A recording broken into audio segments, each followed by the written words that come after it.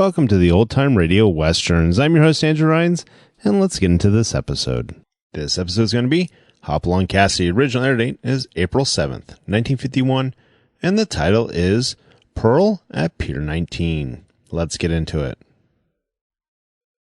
With action and suspense out of the Old West comes the most famous hero of them all, Hopalong Cassidy, starring William Boyd.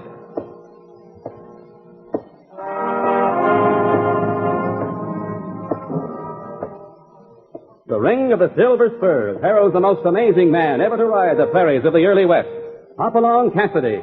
The same Hoppy you cheer in motion pictures, and the same California you've laughed at a million times. Raw courage and quick shooting have built a legend around this famous hero.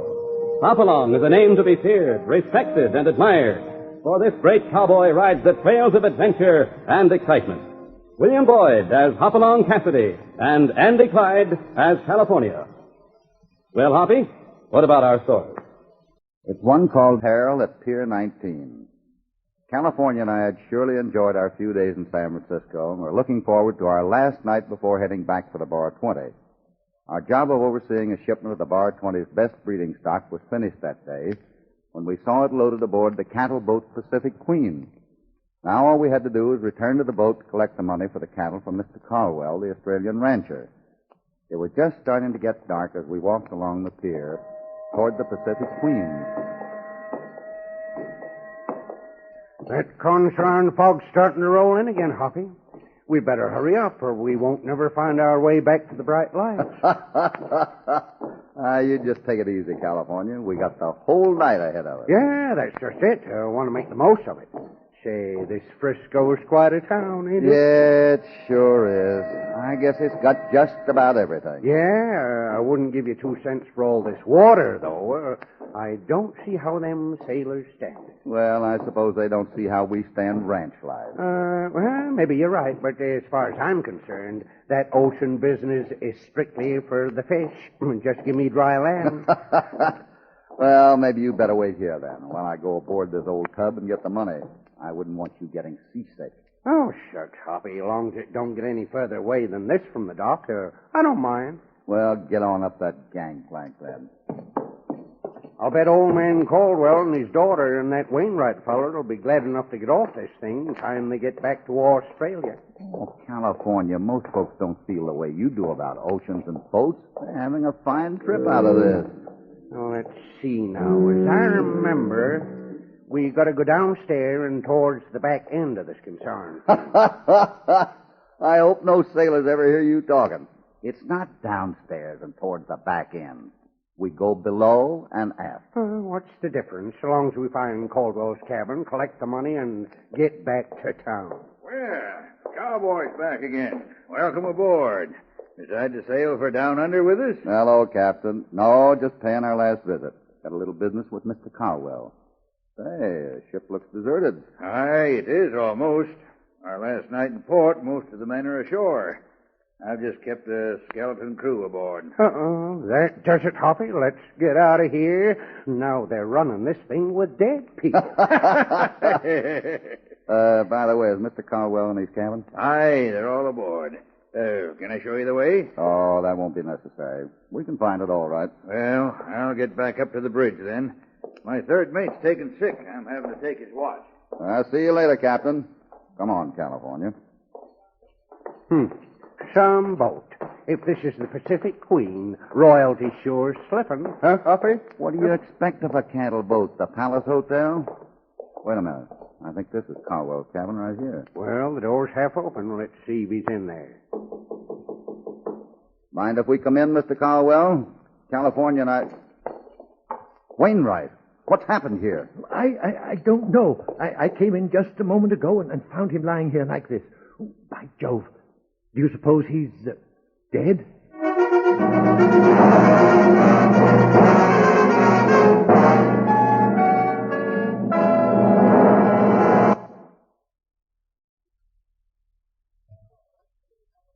Now, back to Hopalong Cassidy and our story, Peril at Pier 19.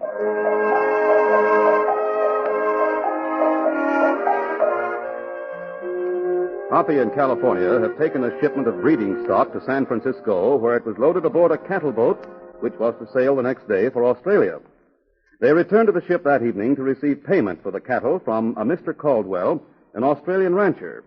When they got to his cabin, however, they discovered Caldwell lying on the floor, his future son-in-law, Cedric Wainwright, kneeling beside him. Come on, men. Help me get him up on his bed. Easy now. That's it. Is he hurt bad, Hoppy? I don't know. His head's split open, but I can't tell how serious it is. I say, this is terrible. All the money is missing from his little strongbox. Looks to me like you're more worried about the money than you are about Mr. Caldwell, Wainwright. Oh, now, see here. Never mind. California, you better get right up and tell the captain what's happening and get a doctor pronto. And tell the captain not to let anybody off this ship. I got you, Hoppy. I'll be back quick as I can. I say, Cassidy, the bounder that did this must be captured. Who do you suppose it could be? That's just what I'd like to know. You say you just came in before we got here? That's right. You see, I've been in my cabin, dressing. Oh, here you are, Cedric. Oh, hello, Mr. Cassidy. Darling, we really must... Father, what's happened? Oh, steady now, Ellen, He's steady. hurt. Cedric, how did it happen? Well, it appears that some chap struck him over the head and robbed the strongbox, Ellen. At any rate, the money's missing. Oh, poor Father. I was afraid something like this might happen. But he simply wouldn't listen to me. Excuse me, Miss Ellen, but what did you mean he wouldn't listen to you? Well, Father brought the money aboard the ship 2 days ago and put it in a little strongbox. I tried to persuade him to leave it at the bank, but he said nobody would even know he had the money here in his cabin. That's right, Cassidy.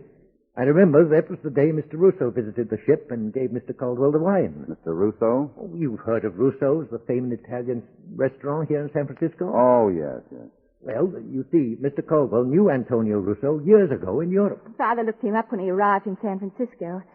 Mr. Russo's been extremely kind to all of us. I see. And was Mr. Russo here when you were discussing where your father's keeping the money here in the cabin? Why, yes. Yes, Mr. Russo had brought Father a case of his finest wine, and while he was here, we got to talking about the money. Mr. Russo agreed with Cedric and me that it was dangerous to keep it here. And as far as your father knew, nobody but yourselves and Mr. Russo knew he'd brought the money here? Exactly. I don't see how anyone else could possibly have known. And to make us feel better, Father told us he'd hide the little box in the bottom of the case of wine. We all thought that an excellent idea. Well, sometimes things don't turn out quite the way we figure. By the way, have either of you ever seen this before? Why, yes. That looks like Mr. Russo's stick pin. By Jove, it is. Where'd you find it, Cassidy? It was lying here on the floor, right beside Mr. Caldwell.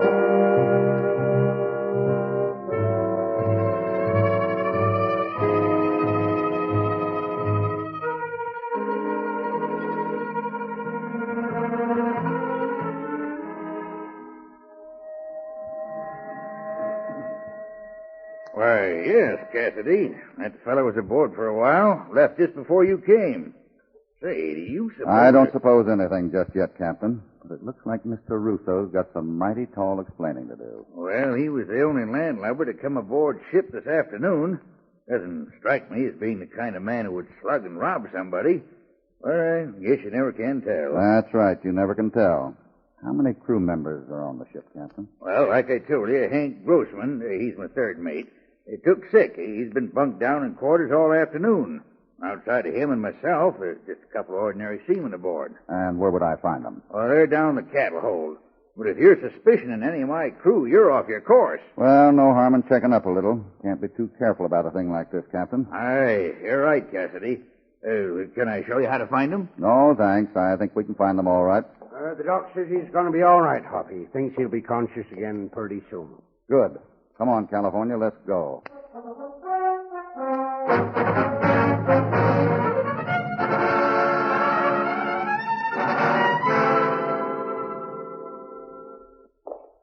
We sure didn't learn anything from them two sailors below. No, maybe we'll have better luck with Grossman. This must be his cabin here. It ain't locked. Open it up. You Grossman, the third mate? Yeah, what about it? Can't you see I ain't feeling good? We just wanted to ask a couple of questions, Grossman. You see, Mr. Caldwell's not feeling so good either. Got a bad headache. And it was caused by someone sneaking up and slugging him over the head. Yeah? What's that got to do with me? Maybe nothing. I I just thought you might have seen or heard something that would help us pick up the trail. Nope. Afraid I can't help you. I told you I ain't feeling good. Now get out of here. Such hospitality. All right, Grossman. We'll be glad to clear out. Just one more question. What's this thing here under your bunk? Get away from here. Put that back. Oh, don't get up. Don't get up. Remember, you're a sick man. What do you call this thing, anyway? It's a belaying pin, stupid. Well, so that's a belaying pin. Say, that'd make quite a thing for hitting a man's skull, wouldn't it? What was it doing under your bunk, Grossman? Yeah, you think you're pretty smart, don't you? Why, everybody's got one of them. They're all over the ship. And do they all have bloodstains on them? Guess again, cowboy, you're way off. I use that one to kill rats with. And there's plenty of them on this tub. Mind if I take this along for a souvenir? Go ahead. Just get out and leave me alone. Come on, California. Mr. Grossman must get his rest now.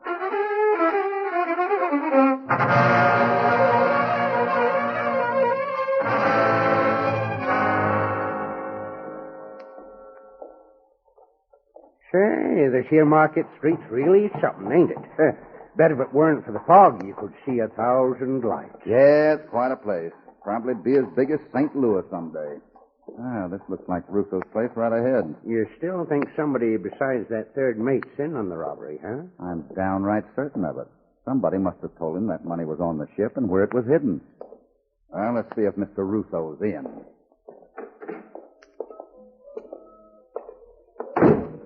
Say, this is a right fancy eating place, Hoppy. Good evening, gentlemen. Welcome to Rosso's. I got a nice table you're going to like. All right, this away, please. Oh, good idea. I'm nigh starved to death. We haven't got time to eat now, California. I guess we can sit and have a cup of coffee, though. Here you are, gentlemen. Please, settle you down. Oh, waiter, we came here to see Mr. Russo. Is he around? That's very funny. You see, I'm a Russo. What I can do for you? My name's Cassidy, Mr. Russo, and this is California Carlson. We brought out the shipment of cattle that Mr. Caldwell bought. Oh, sure. I hear him talk about you. I understand you saw him at the ship this afternoon. That's right.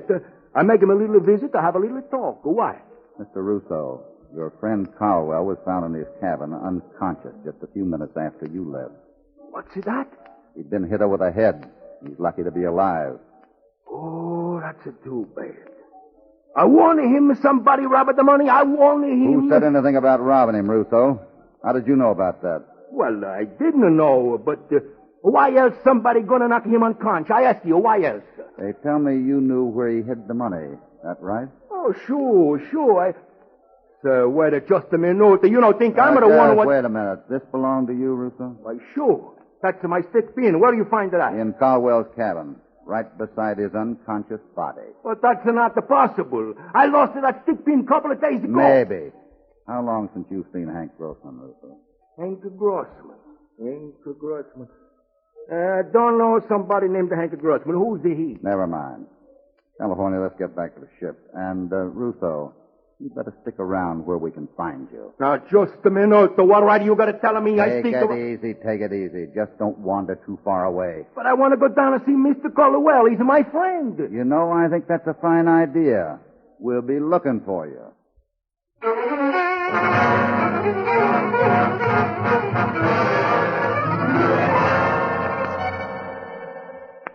I'm sorry, that's all I can tell you, Cassidy. But you see, I didn't even get a glimpse of the beggar. It happened just after Russo'd left.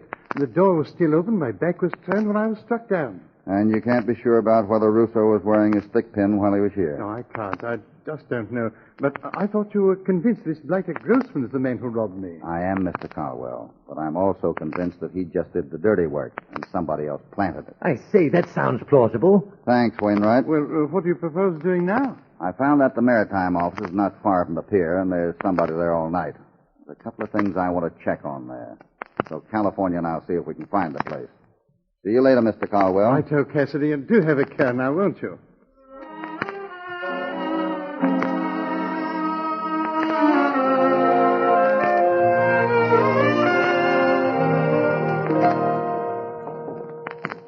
I don't see how you expect to find your way off this pier, Hoppy, let alone finding that maritime office. Now, don't tell me you let a little fog hold you back. Little fog, What a way to spend our last night in prison. Oh, stop complaining. If we hurry up, we might still get through with this business in time to have some fun. I sure hope so, but what do you expect to discover? All right, cowboys, get your hands up. And don't try anything funny. Get the guns, Jake. Well, if it doesn't sound like Mr. Grossman. Feeling better, I see. It's me, all right. But don't turn around. Just keep walking right over to the edge of the pier. Down them steps. All right, stop right there. Tie their hands behind them, Jake. What do I do with the guns? Toss them in the drink. Where they're going, they won't need them. Just, where are we going anyway? You'll find out soon enough. Hurry up, Jake. I'm Harrigan. Yeah, that does it. All right, get in the boat. Both of you lay down on the bottom there. Right, Jake. Shove off. Mind letting us in on your plan, Grossman? I'd be glad, you cowboy. It's very simple. We row out the bay a little ways, tie them 2 anchors to your legs, and over you go. Permanent.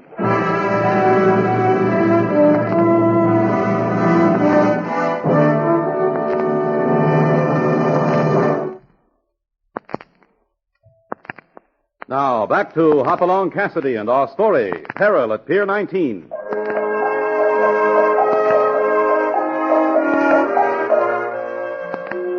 Hoppy in California, sure that somebody besides third mate Grossman was behind the attack and robbery of Mr. Caldwell, left the cattle boat to do some more investigating.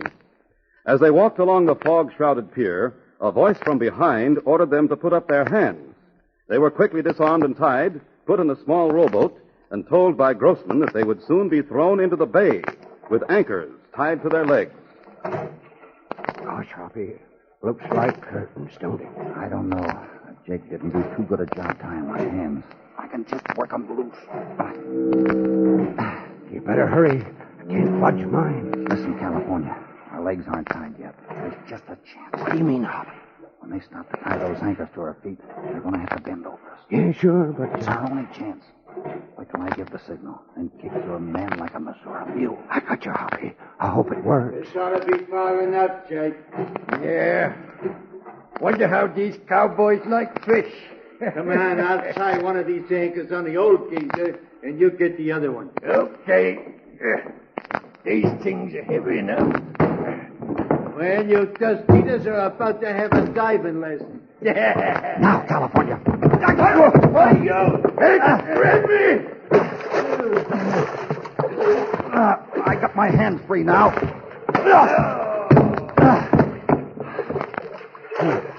Well, that ought to take care of Grossman for a while. Help! I can't swim! What you doing, Hoppy? I'm tying Grossman up, and I'm being a little more careful about it than his pal Jake was. There, that ought to hold him. I'll get you yet, cowboy. Here, California, let me get you untied. It'll be a pleasure. Help me! Help me! There, I can get my hands out now, Hoppy. All right, now let's fish out this wharf rat and tie him up. Oh, to leave the varmint where he is. Oh, come on, give me a hand. All right. There he is. Now put a rope around him, California, and we'll see if we can get this thing back to dry. For me, it'd be a miracle if we can find our way, though.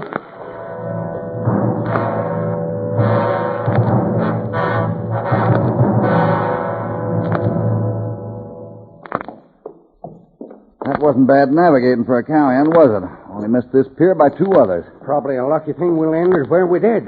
That night watchman at the warehouse will take good care of them seagoing coyotes. Yeah, now if we can just corral the other one. Yeah, them 2 are sure stubborn. Here we got 'em dead to rights, and they still won't tell us who put 'em up to all this. Well, it shouldn't take long to find out.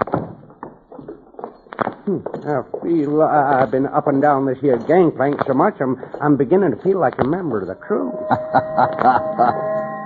Maybe you can get the third mate's old job. Yeah, that's no, sir, not me. Come on, there's a light up in the pilot house. Let's go up and see the captain.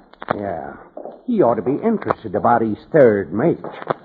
I just wonder if that Jake was a member of this crew. I don't know. He seemed to know Grossman pretty good anyway.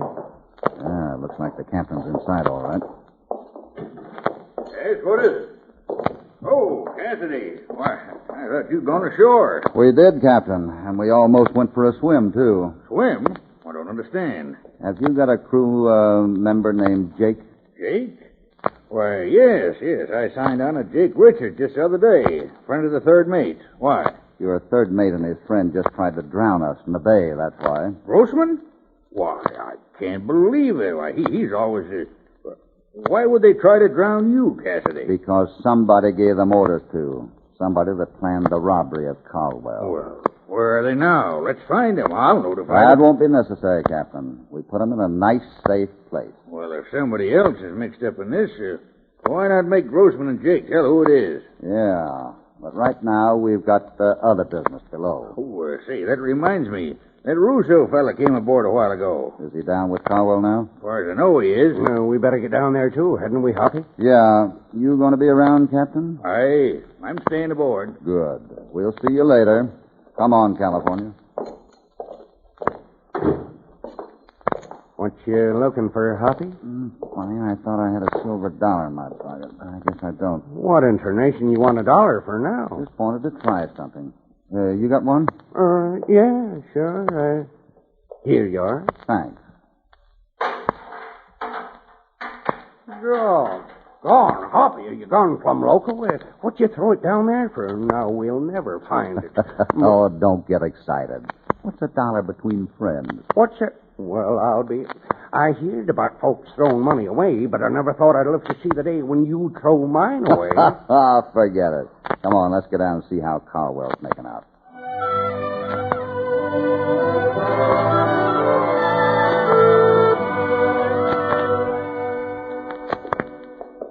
Hoppy, I'd feel a lot better if I still had a 6-gun handy. Yeah, so would I, but you just hang on to that belaying pin and everything.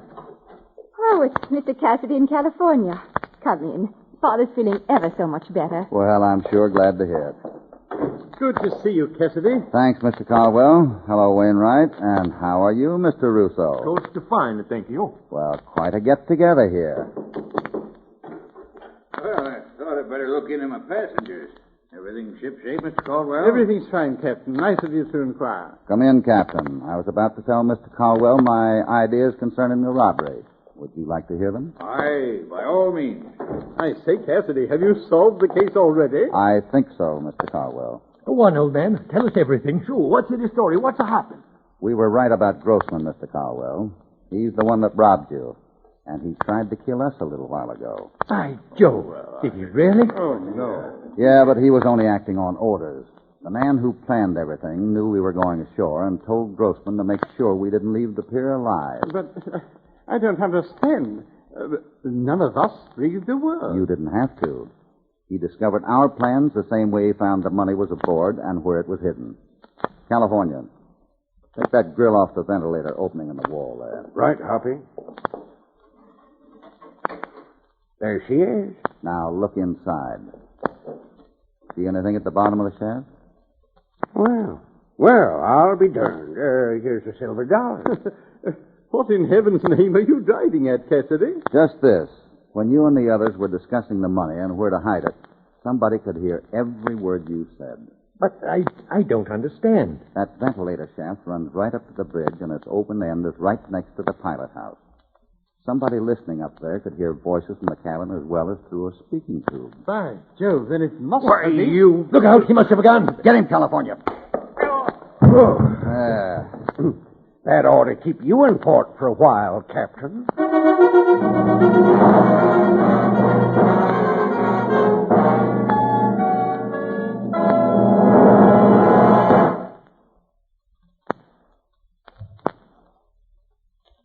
Now, back to Hopalong Cassidy.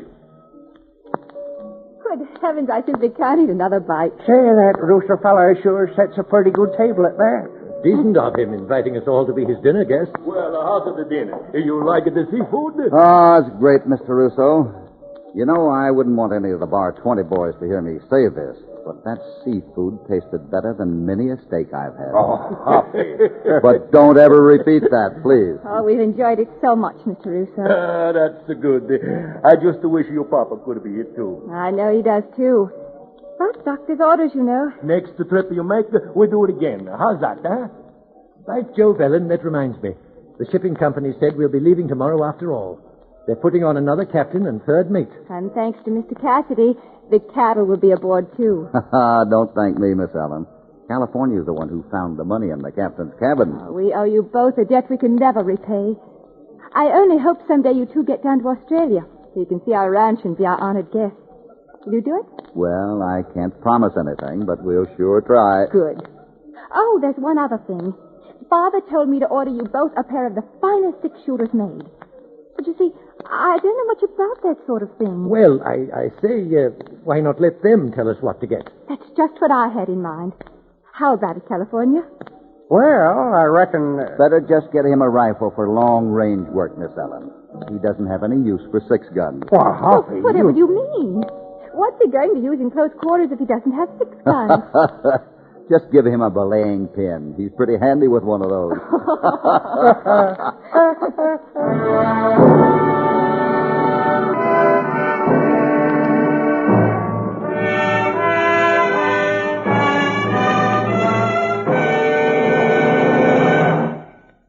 Thus, Hoppy and California bring us to the end of another exciting adventure. So be sure to be with us for the next episode of Hopalong Cassidy. Hopalong Cassidy, starring William Boyd, is transcribed and produced in the West by Walter White, Jr. All stories are based upon the characters created by Clarence Mulford. This is a Commodore production.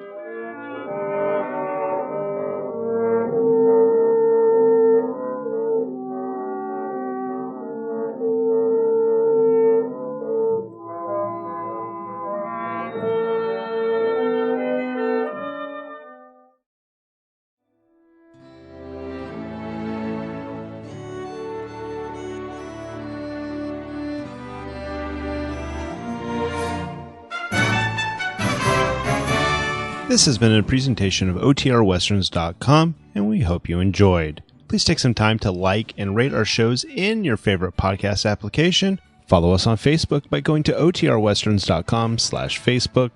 Join in the conversation by going to OTRWesterns.com/Discord. And don't forget to send us an email, podcast@OTRWesterns.com. This episode is copyright under the Attribution Non-Commercial Share Alike copyright. For more information, go to OTRWesterns.com/copyright. Have a great day, and again, thanks for listening.